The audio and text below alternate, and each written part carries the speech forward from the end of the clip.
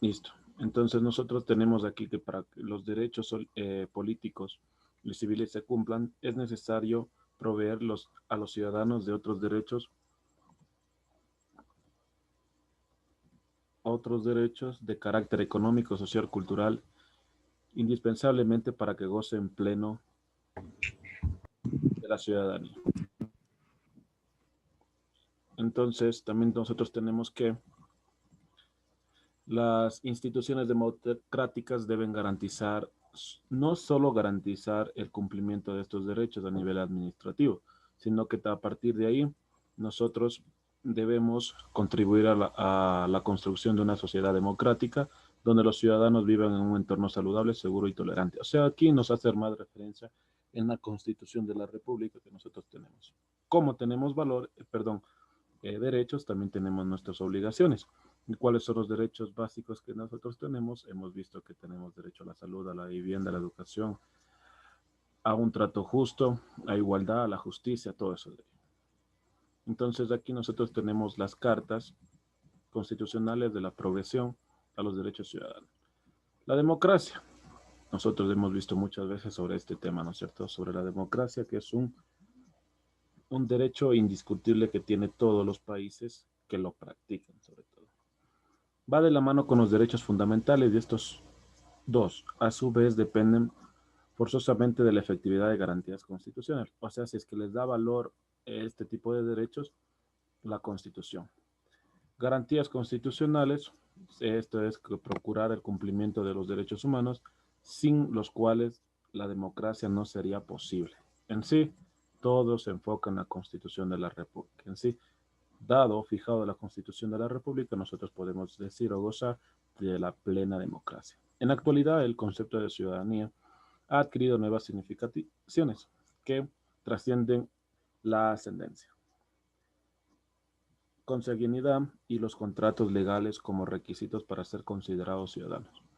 En este apartado se tomarían en cuenta dos tipos de ciudadanía tradicional: ciudadanía por nacimiento y ciudadanía por naturalización. Nacimiento, obviamente, las personas que nacen, nacen obviamente dentro de un estado, y naturalización, pasado los 5 años, depende del estado. ¿Listo? Para que pueda tener su doble nacionalidad. Ahora, tipos de ciudadanía tradicional. Tenemos ciudadanía por nacimiento y naturalización. Aquí vamos a ver los conceptos de cada uno de estos. ¿Listo? Aquí nosotros tenemos que el nacimiento de ciudadanía es un derecho de las personas nacidas en el territorio ecuatoriano. Asimismo, es un derecho de aquellas personas nacidas en otros países de madre o padres nacidos en Ecuador. O sea, van a tener una doble nacionalidad.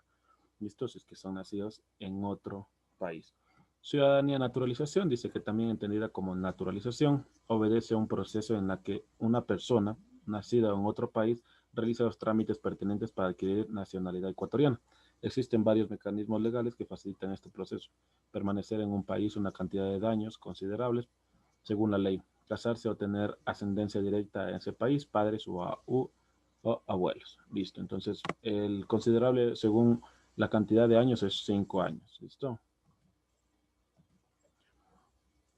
Seguimos con la progresión de los derechos de ciudadanía en las cartas constitucionales. Aquí nosotros tenemos la carta constitucional que la hizo en el gobierno de Yamil Maguab y en el gobierno de Rafael Correa. En el 98 de Yamil Maguab y en el 2008 Rafael Correa. Las cartas constitucionales dentro del año 1998, capítulo 1, que dice: establece una gran diferencia entre dos categorías de ciudadanía, a saber, por nacimiento o naturalización. Con una división se hace especial énfasis en el territorio como un fundamento legitimador de los derechos de ciudadanía. Los extranjeros gozarán de los mismos derechos que los ecuatorianos, con las limitaciones establecidas en la Constitución y la ley. Obviamente, este tipo de personas que son, obviamente, extranjeras tienen se dice que pueden tener más derechos, obviamente, porque son unas personas extranjeras y no tienen familia, sobre todo aquí. Aquí nos dice que en la Carta Constitucional del 98, el segundo de los extranjeros nos dice esto: y la ciudadanía deja de entenderse únicamente desde su localidad y desde un marco estrictamente nacional. Asimismo, se cuestiona la noción del extranjero como un sujeto diferente y ajeno a lo que considera propio. y se promueve la idea incluyente del habitante del mundo, del ciudadano universal.